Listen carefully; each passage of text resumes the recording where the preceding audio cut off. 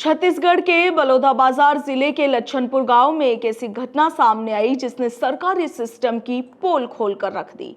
सरकारी स्कूल में mid day meal के नाम पर बच्चों को वो खाना परोसा गया है जिसे एक आवारा कुत्ते ने झूठा कर दिया था। नतीजा 78 मासूम बच्चों को एंटी रैबिस इंजेक्शन लगाने पड़े। ये कोई मजाक नहीं बल्कि उस सिस्टम का काला सच है जो बच्चों के भविष्य और स्वास्थ्य की जिम्मेदारी लेने का दावा करता है, जहां लापरवाही और गैर जिम्मेदारी ने बच्चों की जान जोखिम में डाल दी। छत्तीसगढ़ के पलारी ब्लॉक के लच्छनपुर मिडिल स्कूल में मिड डे मील की सब्जी तैयार हो रही थी, तभी एक आवारा कुत्ता रसोई में घुस आया और पकी हुई सब्जी को चाट गया।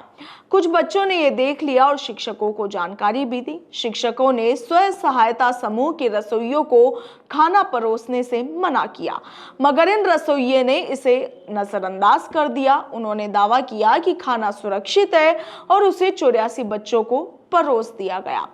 कई बच्चों ने यह खाना खा लिया बिना ये जाने कि वे कुत्ते का झूठा खा रहे हैं, मगर कुछ बच्चों ने जब घर जाकर अपने माता पिता को ये बात बताई तो गांव में हड़कंप मच गया। पालकों और ग्रामीणों ने स्कूल पहुंचकर हंगामा किया। उनकी नाराजगी आखिर जायज भी थी, क्योंकि कौन सा सिस्टम बच्चों को ऐसा खाना परोसने की इजाजत देता है। स्वास्थ्य विभाग की टीम तुरंत हरकत में आई और 78 बच्चों को लच्छनपुर स्वास्थ्य केंद्र ले जाया गया। वहां पर डॉक्टर वीणा वर्मा ने एहतियातन सभी बच्चों को एंटी रैबिस वैक्सीन की पहली डोज दी। मगर सवाल यह है कि क्या ये सिर्फ एहतियात थी या फिर सिस्टम की लापरवाही को छिपाने की कोशिश। कोई भी बच्चा रेबिस का शिकार नहीं हुआ, मगर क्या यह जोखिम लेना जरूरी था? इस घटना ने मिड डे मील योजना की हकीकत को उजागर कर दिया। ये योजना जो गरीब बच्चों को पौष्टिक भोजन देने का दावा करती है, बार बार लापरवाही का शिकार हो रही है।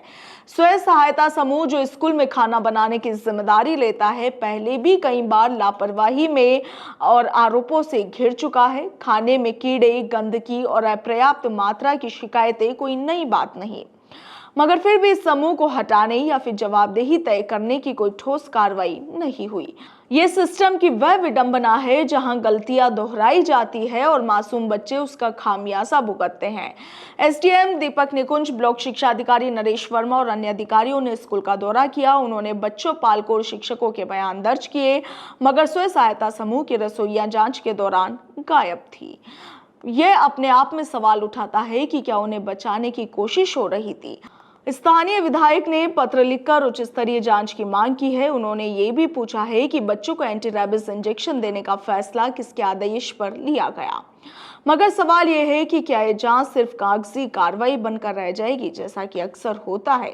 यह घटना सिर्फ एक स्कूल की दास्तां नहीं बल्कि पूरे सरकारी सिस्टम की नाकामी का प्रतीक है। मिड डे मील योजना, जिसे बच्चों की भूख मिटाने और स्कूलों में उनकी उपस्थिति बढ़ाने के लिए शुरू की गई थी, आज लापरवाही और भ्रष्टाचार का अड्डा बन चुकी है। स्कूलों में ना तो रसोई की साफ सफाई की जांच होती है, ना ही खाने की गुणवत्ता की। आवारा कुत्तों का स्कूल परिसर में घुसना और खाना झूठा करना इस बात का सबूत है कि सिस्टम कितना लचर है। ग्रामीणों का गुस्सा फूट पड़ा है। वे स्वयं सहायता समूह को हटाने की और इसके साथ इस जिम्मेदार एजेंसी को खाना बनाने का जिम्मा देने की मांग कर रहे हैं, मगर क्या उनकी आवाज सुनी जाएगी या फिर यह मामला भी फाइलों में दबकर दफन हो जाएगा? यह घटना हमें सोचने पर मजबूर करती है कि आखिर कब तक बच्चे इस सड़ी गली व्यवस्था के शिकार बनेंगे। जब तक सख्त जवाबदेही और पारदर्शिता नहीं आएगी, तब तक इस तरह की घटनाएं होती रहेगी। यह सिस्टम का नहीं बल्कि हमारी संवेदनशीलता का इम्तिहान है, जो बार बार नाकाम हो रहा है। ब्यूरो रिपोर्ट, भारत रफ्तार।